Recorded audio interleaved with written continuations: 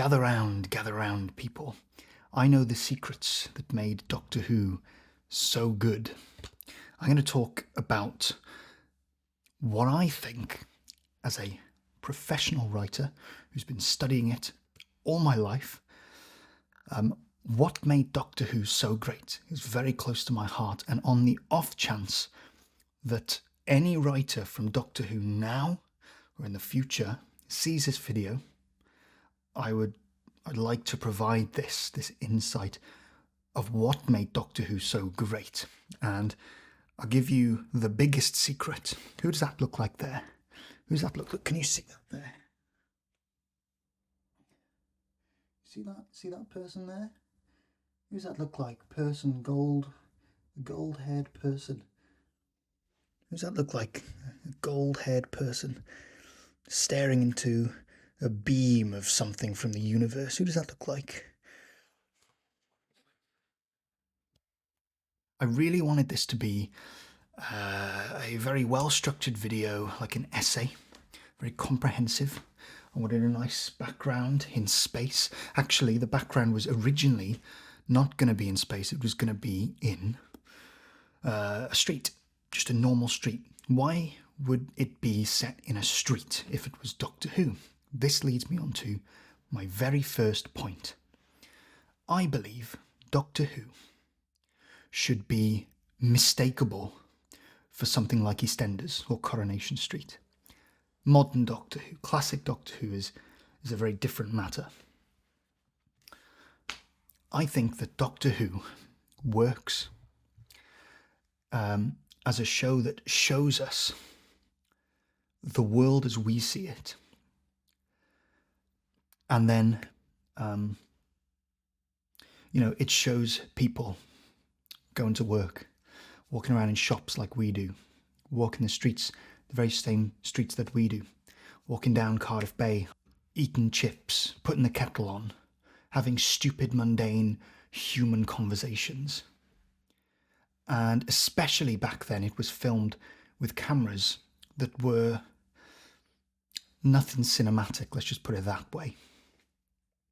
Nowadays, it looks like candy. It's so cinematic, really blurry, nice depth of field. The colours just look like candy, and I just think that's not the world we live in. It's when you look outside, you don't see things like that. The world is dull and bland, and the style of a show is so important. The style of the story that you're presenting is so important.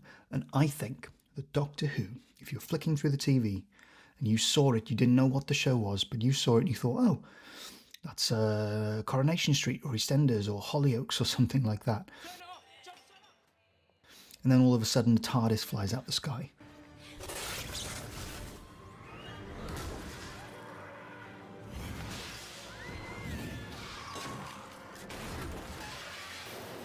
Or an alien bursts out the cupboard, and it's you watch it and you immediately ground it in something that's meant to be set in the world that you live in.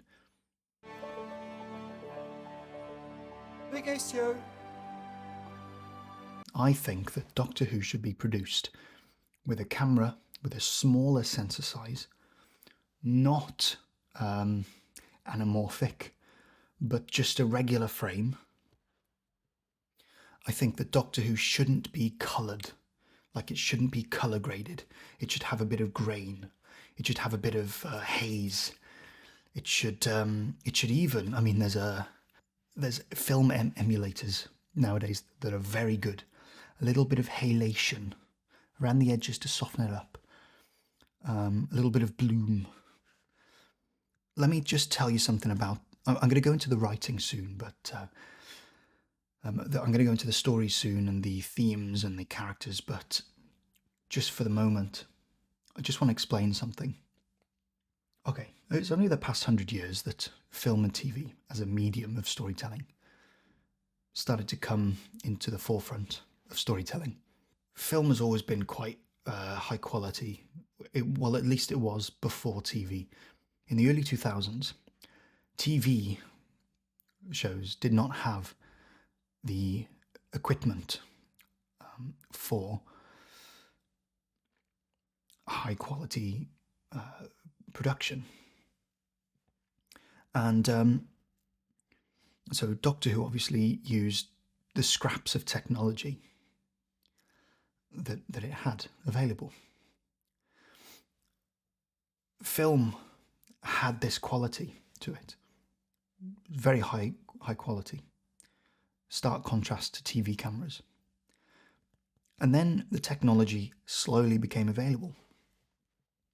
Now, there's so many shows out there, so many films and shows, and so many stories for people to choose.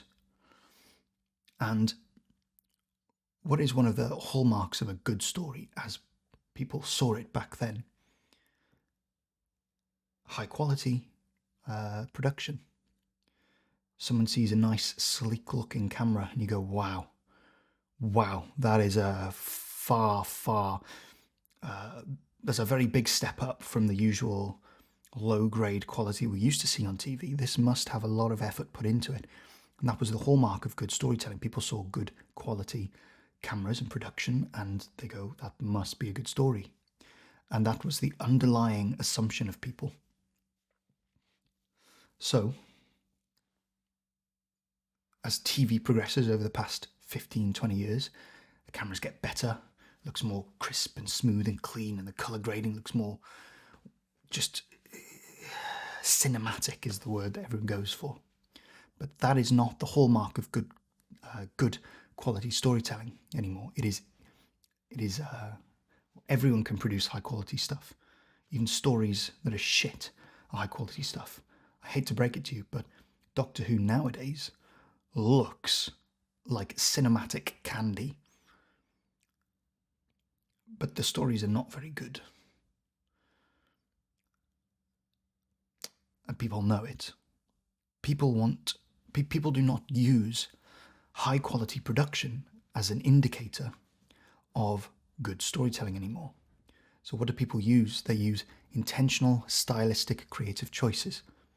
If they see something is different, it's made differently, if the style implemented to tell the story is different and thoughtful and interesting and unique rather than just high quality, that's what people then think, wow, this is a lot of effort must have gone into this. Not because of the high quality production, but because of the creative style. And Doctor Who, I know that there's this mindset of, with every TV show, we cannot go back to just looking boring, bland, low quality, small centered cameras without the big color grading and cinematic and smooth camera transitions and stuff, because it's an indicator of poor quality and therefore poor story. But I beg to differ now. I think that is now going to be seen as an intentional decision to actually to make a show grounded in something that looks real. That's not an indicator of poor production and therefore poor storytelling. It's a creative, stylistic choice, and I think that's what Doctor Who needs to do. It needs to look as though it's EastEnders. And I even think that going back to HD, rather than this crispy 4K, put a bit of bloom, a little bit of blur, a little bit of grain, stop making it look so sharp and smooth. The world just doesn't look like that. Doctor Who needs to feel like it is set in the world where if we go walk on the streets, we could run into the TARDIS on a walk out to the shops or coming home from work. It needs to look like the world that we live in. And this is the second thing I want to talk to. I'm going to talk about writing last, or near last. Second thing I want to talk to is the marketing and campaigns and the locations in the story. Let me just check if this is still recording. Okay. Now, I need to write this down so I don't forget. Marketing and... what was the other one? Marketing and location. There's all these big budget finances being spent on visual effects and production, and I think that needs to be taken and put into filming in very well-known places, landmarks. Go back to Cardiff Bay. I think Doctor Who filmed in Cardiff Bay in 2005. Or 2004 it would have been, because Cardiff Bay was relatively new at the time. I think that there was a way of advertising the place. Obviously, I think that's my idea. Like, hey, everyone, look at Cardiff Bay. It's the new place, you know. But the unintentional effect of that was, I lived 10 minutes from Cardiff Bay, and when I walked along, I saw places where the TARDIS landed, and I stood on the pavement, and I thought, there's a Torchwood base beneath my feet. Might recognise this shot. It was in Doctor Who 2005, Cardiff Bay. They actually filmed a lot here, and it's only a 10-minute drive from where I live. So I come here quite a lot. That's where the Torchwood base is, under there. Saw Hamilton there. And I looked up and I go, that's where the rift is. There's the rift.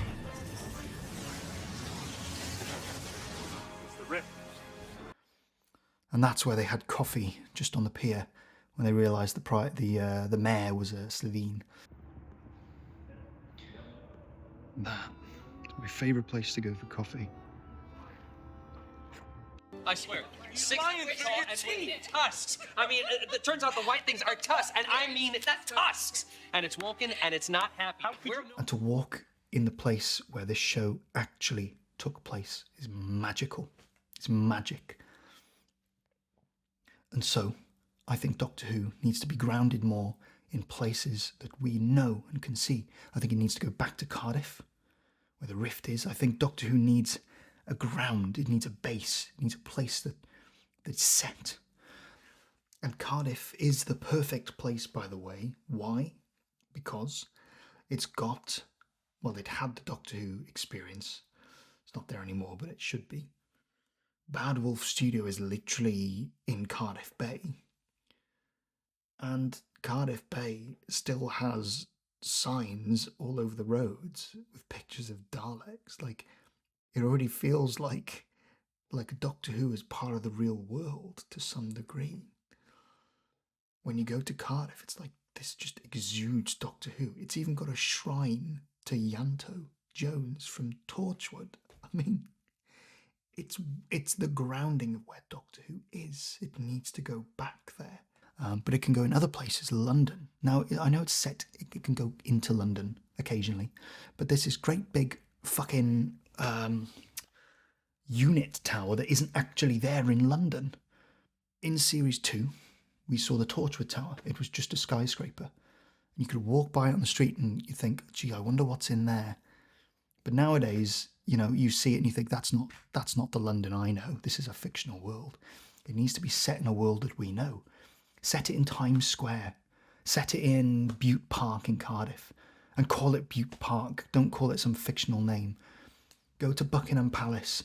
Go to places that are known in the world that we live in. And then people can walk the streets. Go not just to landmarks, but streets that we walk on. Round and massive, somewhere slap bang in the middle of London. A huge metal circular structure, like a dish, like a wheel, radial, close to where we're standing. Must be completely invisible. What? St. David's Centre. You know, in episode 1, in Doctor Who, there was a bit where Jackie was outside the shop where all the shop window dummies were attacking. That was filmed at St. David's Centre. That's also 10 minutes away from me. That was meant to be in London, but I knew it was in Cardiff. And to be able to walk past that and think that's where all the shop window dummies came out, it's just so cool. Okay. And marketing. Let's talk about marketing. Trailers, they're old. Trailers are like they're like the shorts. YouTube, you know what YouTube does? It uses shorts. People scroll through shorts, they find a 10-second, 50-second video, whatever, something they like the look of a channel, and they go, oh, I like that. Then they go and explore the longer content. That's what trailers are for. I don't think trailers, trailers are all we've got at the moment, but I think there are better ways of bring people into the story that you're telling. I've already grounded it in the real world. I think the marketing campaigns, they've already done this a few times, but I think the marketing campaigns for big franchises like Doctor Who, you need to ground the story not just in the world that we live in by filming in these places, but bring the story into the real world. Put the TARDIS slap bang in the middle of Cardiff Bay and let people walk by it. Just look, you know, it's just every day. Nothing unusual about him. Well, actually, I don't think that pole was there. Make a little light show with the rift going up into the sky, using whatever practical effect you can. You know, they did that holographic thing on the water in Cardiff Bay.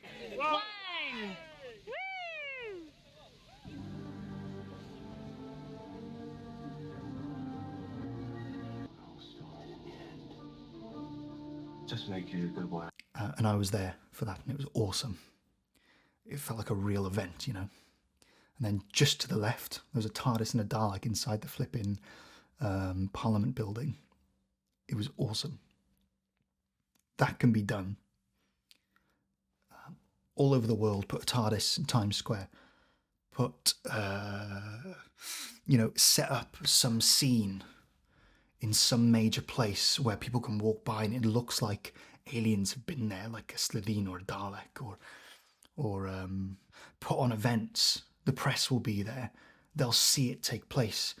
The Doctor comes out of the TARDIS, discusses, talks with an alien or something inside a building. The real people can watch and film and then put it on YouTube. And then the story becomes part of the real world that we live in.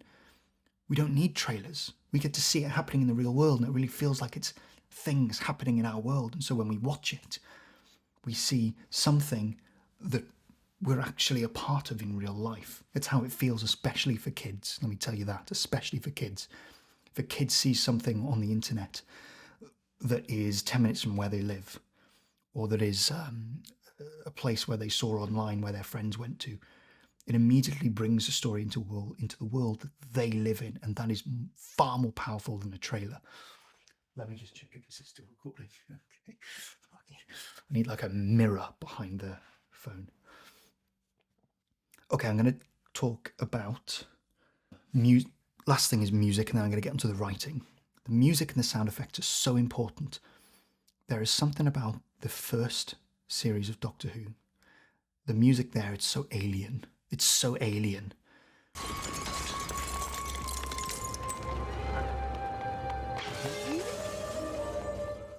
Just watch a few episodes and hear the bells and the whistles and the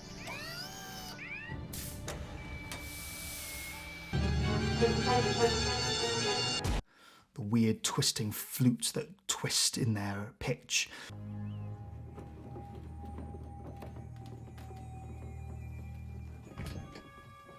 You know, that sort of sound like...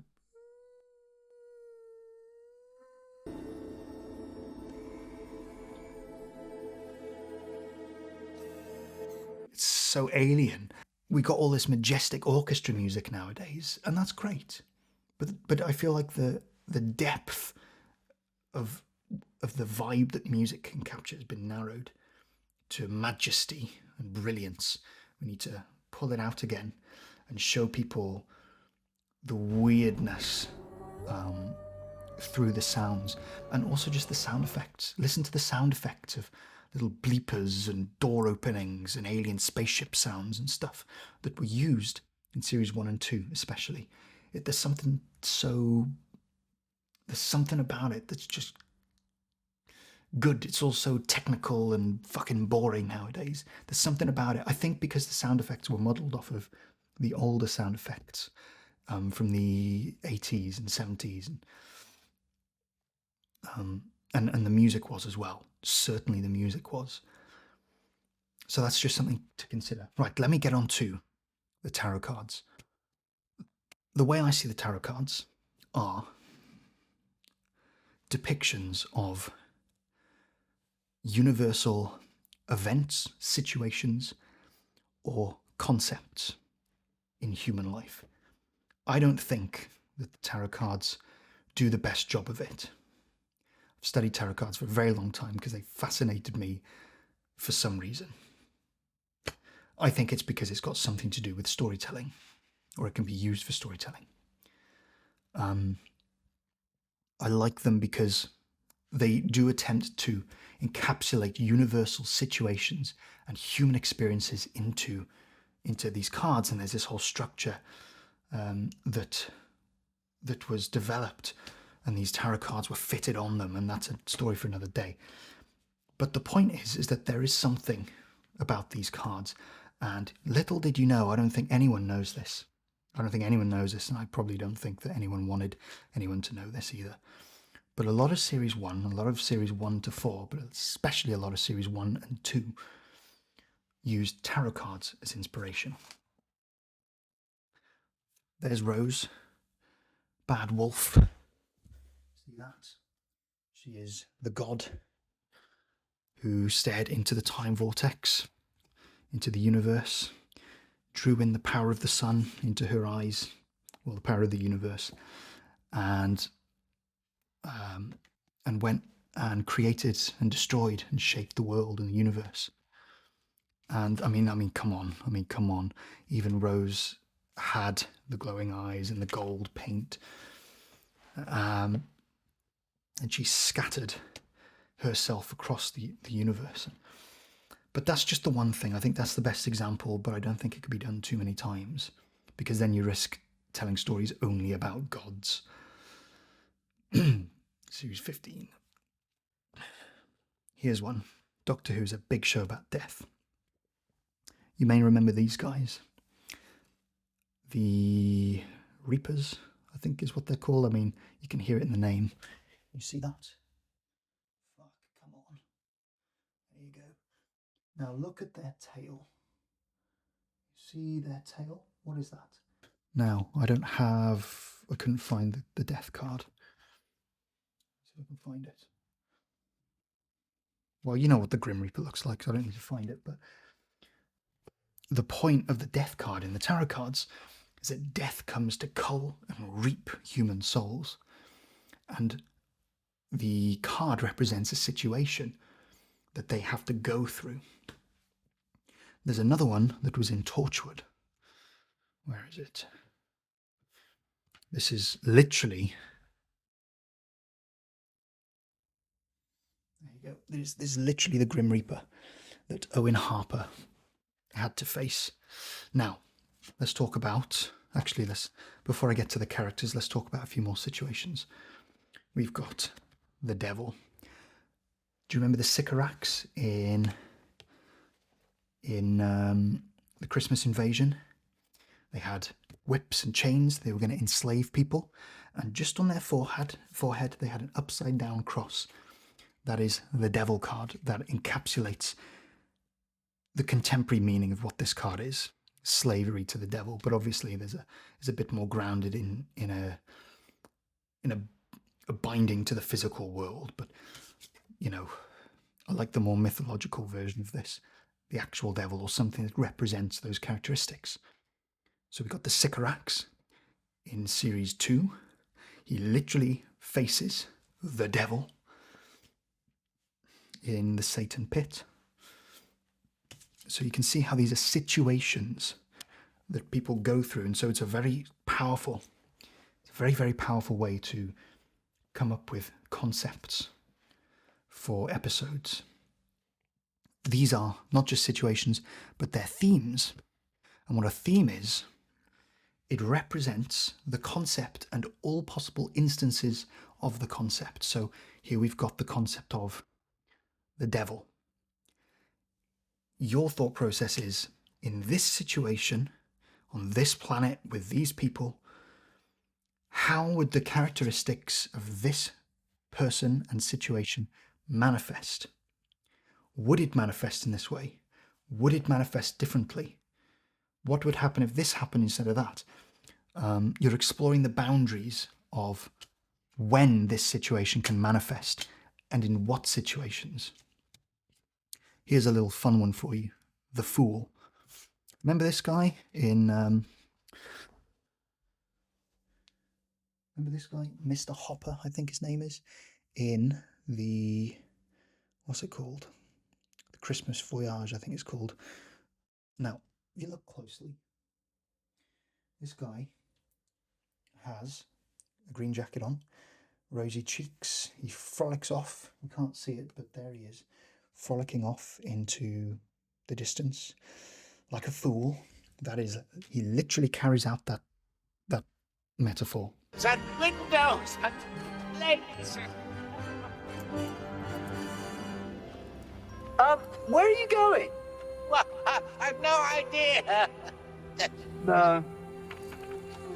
Me neither. With the doctor. Here's the Fool card. Frolicking off into the distance with his green jacket and his newfound, you know, life that he's going to leap into. And here's another one. He's got his green thing on, his rosy cheeks. And there's the character going off, beginning his situation as the Fool. It wasn't a really major plot point, but there you go. Now let's talk about the characters.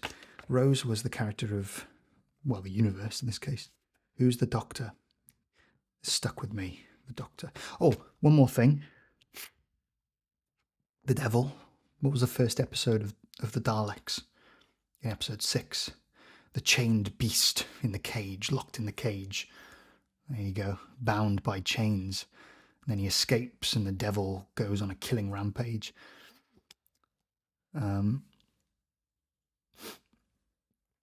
Actually, it's better to probably interpret it as Henry Van Stat, the guy that locked up the Dalek in the cage, bound it by chains, just like the devil does to these people. Yeah. I mean, there's so many things you can do with it. But the Doctor, who does the Doctor represent? Well, the Doctor represents, obviously, death as well. Everywhere you go, death follows him. That was the very first description we got of him in episode 1, Rose. But who is he? He is... Before I go on to that, there are 3 more things I want to touch on. This one is very important, the Emperor. But let me just talk about the Doctor, the personality of the Doctor. The personality of the Doctor is the Knight of Swords. Why? Because the Knight of Swords represents the personality of someone who picks up a sword and jumps into battle recklessly without thinking. It is described like the oncoming storm. Yeah. You recognize that? The oncoming storm. It is literally in the personality itself. The Doctor was called the oncoming storm, and encapsulated the personality. I cannot find this bloody card. There it is. Look at him picking up a sword and running into battle. See that? See that? Now, when we were introduced to David Tennant's first Doctor in Christmas Invasion, what was the very first thing they did when he stepped out of the TARDIS? We got a little glimpse of his personality. He picked up a sword.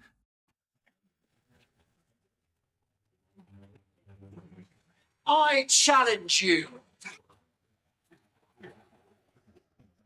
Recklessly challenged the devil, the Sycorax, to a sword fight. And, I mean, flipping heck. I mean, even look at this. You see the ground there? The ground there looks like they're up in the sky, which is where they fought on the ship, up in the clouds, very windy. And then, as he won, he walked away and he said, "I'm a fighting man." It really showed off his aggression and recklessness and willingness to jump into battle. And that is who the Doctor is, at least how I know him. And he embodied that recklessness throughout all of series 1 to 4. And this is also a theme. In what ways does this personality manifest? What are the consequences if it goes too far? What are the benefits? What happens if someone is this personality when they shouldn't be? How does this personality manifest in all these sorts of situations? Now let's talk about the biggest one, the Emperor. This is huge, okay? This represents a situation of someone who molds and shapes the earth. Now in series 1, episode 6, I think it is. I think it's 6 or 7. 7. When they came on Satellite 9, they found out that it was the Jagrafess who was moulding and shaping the earth from the shadows. And then we got all the way to the finale. We find out it was still the Daleks who were moulding and shaping the earth. That's exactly what the Emperor does. Moulds and shapes the earth, and they have to deal with the Emperor, who was the villain in Parting of the Ways in the finale. The Dalek Emperor. Yeah. Rose, Captain, this is the Emperor of the Daleks.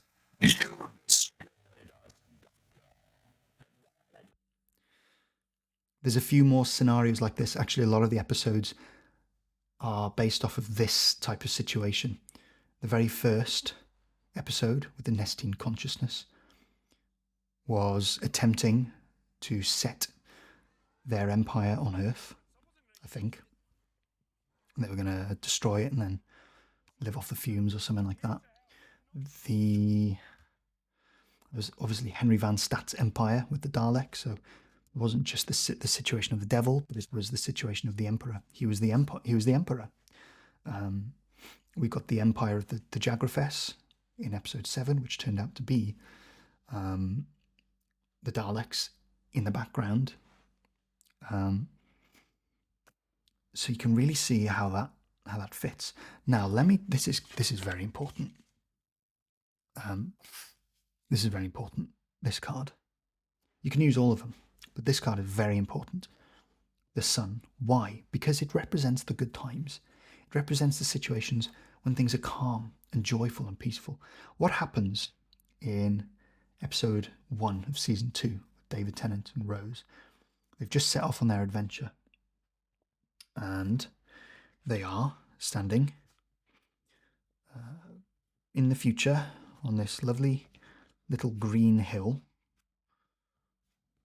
with grass. It was apple grass in the wind and the sun. And they were smiling and enjoying their time together. And everything was good. And just in the background there was hints of something awful beneath the surface, but in that moment things were good. And that is what the Sun is, and Doctor Who doesn't embody those types of situations anymore. Oh, we've obviously got love as well. But here's the Sun. Very reminiscent of series 2, episode 1, when they're standing up on the hill, overlooking the city in the sun, enjoying their time together, beautiful, calm. And this also even represents just the moments of peace when you're sat around the dinner table, having Christmas dinner with people, putting the kettle on, just having a nice time. And Doctor Who doesn't embody that anymore. It doesn't have those times of calmness and peace, because when things go bad, well, if everything's always bad all the time, who cares? We want that equilibrium, that peace, that joy, that calmness, where this man who fights for people and tries to save people gets moments of joy, and we wish it could stay like that forever, and obviously it doesn't. Now, there's just one more thing that I wanted to mention about the imagery of the cards. In season 1, the Doctor really represented the idea of death. The Doctor is a legend woven throughout history. When disaster comes, he's there. He brings the storm in his wake. And he has one constant companion. Who's that? Death. And you can really see that the imagery the dark cloak over this person who brings death to people was really captured in the clothing of the Doctor. These were the two cards that really represented his personality. Now, when Tennant came about, what was his costume? It was, I don't know the name of it, a big long army coat or something, a big long brown army coat, kind of like a cape. I've already established that this Knight of Swords is also very much like the personality of the Doctor. And then what happened? Well, he needed another change of clothing, and this might be reaching a little bit, but he went and had a blue suit, didn't he? Which might be representable by this, the sort of blue armour underneath. That might be reaching a bit, but you get the point. The imagery of this card, of these cards, even Rose here, gold hair ending up looking into the gold time vortex. Very, very influential. I mean, in season 2, there's literally a scene when the Doctor rides a white horse and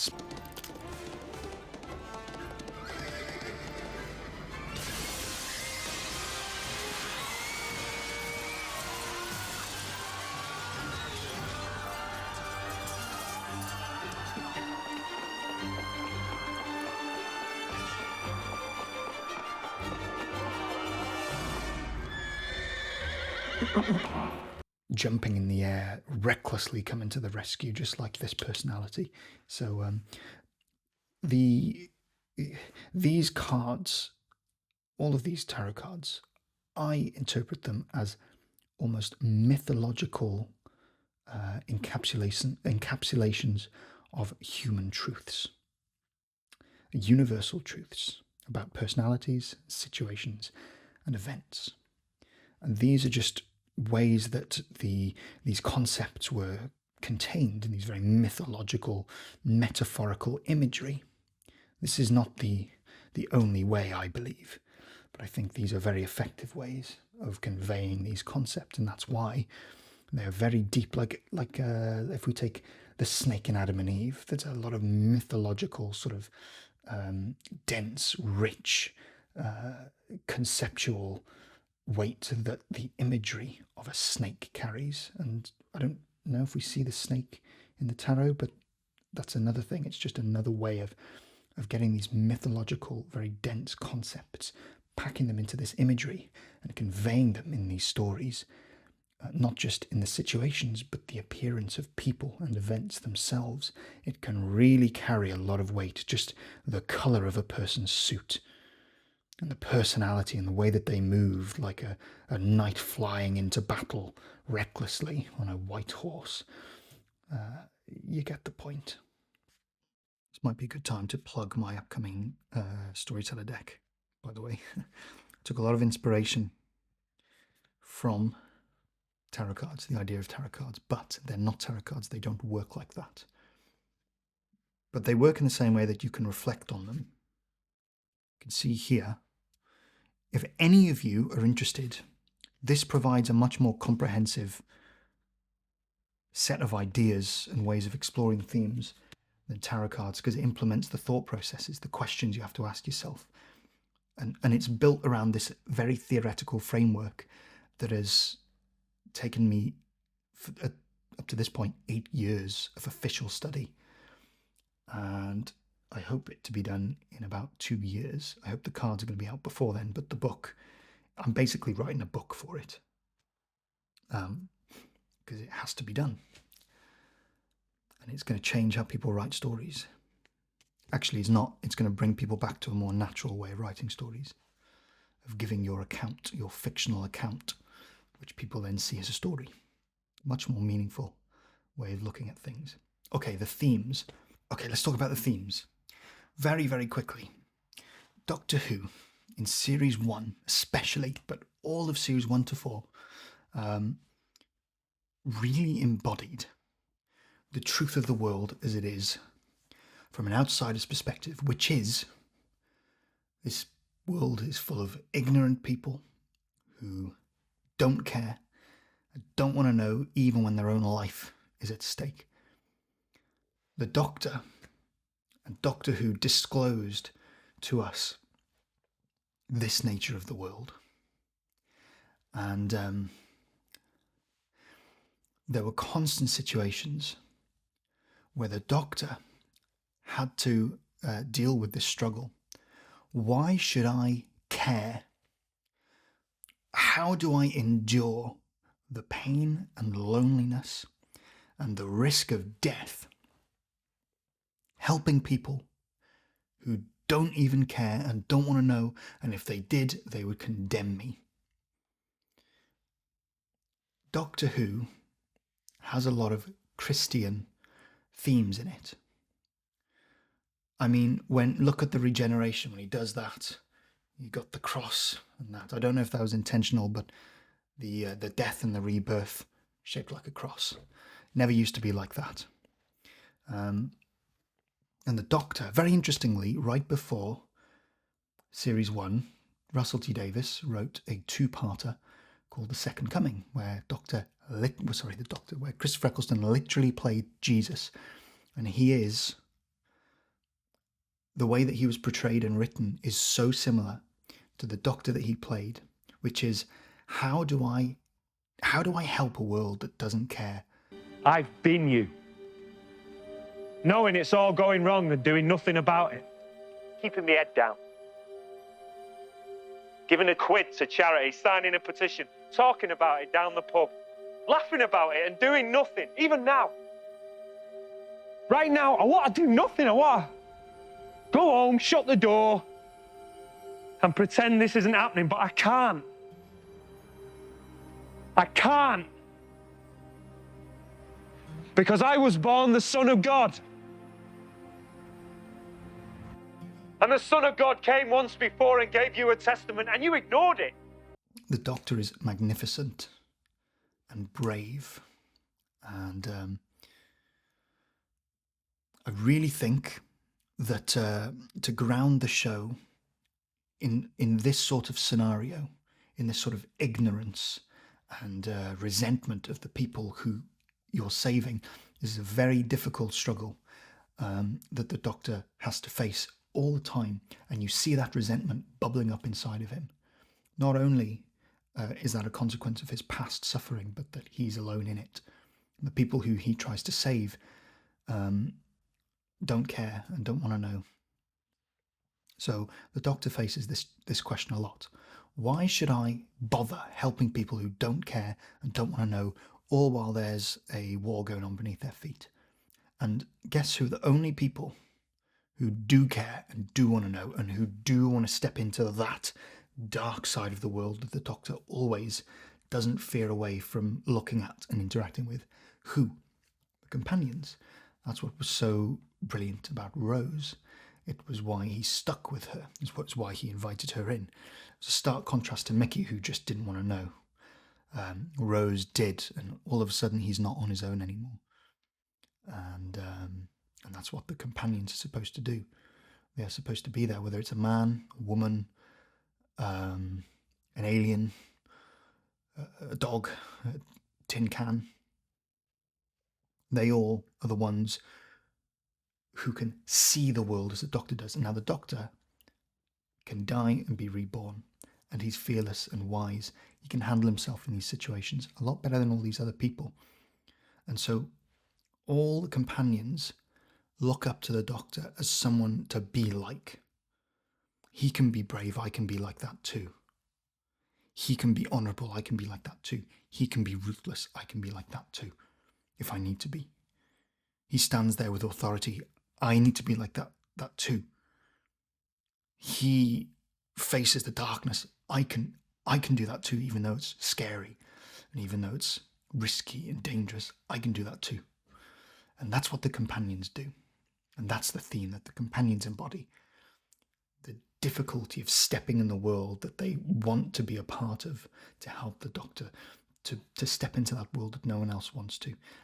And the problems that emerge because of the challenge of that is immense. The emotional problems, the mistakes they make, the troublesome personalities that emerge from the companions, because the world that they are looking at, that no one else looks at, is so dark, it's so sad, it's so scary, that they can be a coward. They can be selfish. They can do things that ruin the day. They can do things that put other people's lives at risk, because it's a lot for a person. We're not like the Doctor. We're not like this man. And so those are the two themes, the resentment and the question, how do I endure it, that the Doctor faces. That was especially for the Ninth Doctor. It doesn't always have to be about him mulling over the misery of his lost home. I think that, so those are the two themes. That was a theme of the companions that was really embodied. I think that Doctor Who, what was I going to say? Doctor Who originally started as a show revolving around characters and disclosing truths of the world and of what it is like for different people to interact with that world. Ignorant people, fearless, curious people, and what it was like to interact with this man who is so much braver and smarter, and but also just as reckless and lonely as everyone else. It really revolved around exploring the nature of humanity. You have to really explore the nature of humanity and people and personalities, and the troublesome personalities that can emerge from facing such darkness. And that has been forgotten, because now we don't focus on the ignorance of the world and the mundaneness of the world and the darkness underneath it all and the boringness of the world and the adventure beyond it. We don't focus on how we don't focus on the characters, the people, not characters, the people who live in this world, and the personalities that world can pull out and cause even more havoc for them, their own lives, and for everyone else's life. Now, because we've forgotten about that stories disclose to us the nature of people through the situations that they're part of. Now, because we've forgotten that, now all we do is focus on what's the coolest adventure, what's the most mysterious adventure that we can think of, what's the coolest concepts, how much chaos can go on, and how I don't know, that's about it. It's all about the cool concepts, and it's not about grounding it in something human. And so I really think that that's the shift that Doctor Who needs to do. And to be able to do that, you need to ground it back on Earth. Pull it back to a bleak, grey Earth where all people do is eat chips and go to work and be ignorant to any form of conflict, whether it's family drama or the alien in the sewers, or the extent to which chaos can unfold because of people's ignorance is absolutely incredible. That's what Years and Years was all about when Russell T Davies wrote Years and Years. The ignorance of people, and the world that unfolded because of it. How far it can go on, how long it can go, is unbelievable. How much people can ignore real problems. What's that story about the dragon who keeps growing bigger every time the more you ignore it, it just grows bigger and bigger. Look at the tarot cards, look at the Seven of Swords, look at the Tower, look at all the ones I've already showed you. Look at the Hermit. Those are some big ones. Look at them all. You can have a lot of fun with them. I really hope that, as small as my channel is right now, I really hope that if this reaches anyone, I do know that there's some people who watch my channel that are responsible for some, let's say, quite known content. I know that. But it's hard to know exactly all of the people watching this. But if anyone does end up making it on Doctor Who to write, or even if any of the current showrunners or writers, I really hope that this inspires you and gets you thinking and allows you to write a show that undoubtedly you probably love, and already know what made it great. I hope this video can just articulate it for you, so you can think about it and write some episodes for us that disclose to us the nature of the world that we live in, and how dark it can be behind the shadows, in the shadows that none of us get to see. And just on the off chance, on the odd walk out to the shopping market or down the bay in Cardiff, or on the streets, or even just at home, we look outside our window and there's this box, and that means, little do you know, but that means there's trouble around, and you're about to find out. I'm Joe Webb, the storyteller. See you next time.